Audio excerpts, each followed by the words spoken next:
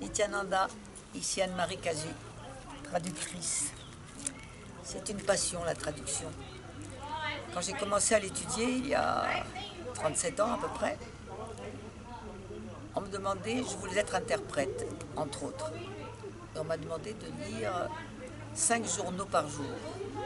Et je leur ai dit, jamais de la vie, j'en lis pas un par an, je ne vais pas lire 5 journaux commerciaux, politiques, économiques, voilà.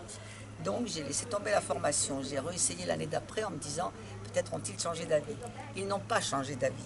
Et donc je n'ai pas eu de formation d'interprète, ce qui me désolait. Et puis sur ces entrefaites, j'ai rencontré mon premier gourou, une merveille.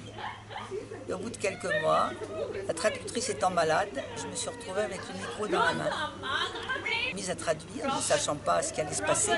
Et puis en fait, les gens étaient contents de ma traduction. Et depuis, donc je n'ai jamais traduit pour l'ONU, l'UNESCO ou quoi que ce soit, mais j'ai traduit pour mon gourou, pour mes gourous, constamment, merveilleusement. Quand je dis merveilleusement, je parle de leur discours merveilleux et du bonheur que c'est d'être suspendu à leurs lèvres et de traduire toutes ces vérités qu'ils émettent. Et j'ai fait cette introduction pour vous dire qu'en fait, cela fait plus de 5 ans que tous les satsangs sont traduits, que la plupart des ateliers, des webinaires, toutes sortes de cours sont traduits.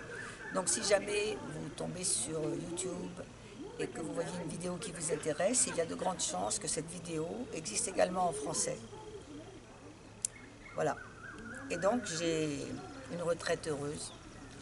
Je fais de l'interprétation, je fais de la traduction et je traduis mes gourous. J'interprète mes gourous. Donc ce ne sont que des belles choses. Je n'ai pas besoin de lire les journaux, les Échos, ni le Figaro, ni rien. Et chaque traduction me nourrit. Et je l'espère nourrit également les autres. Et c'est une passion dévorante. Donc je suis là, à la retraite, passionnée, infatigable, heureuse. Nityanandam.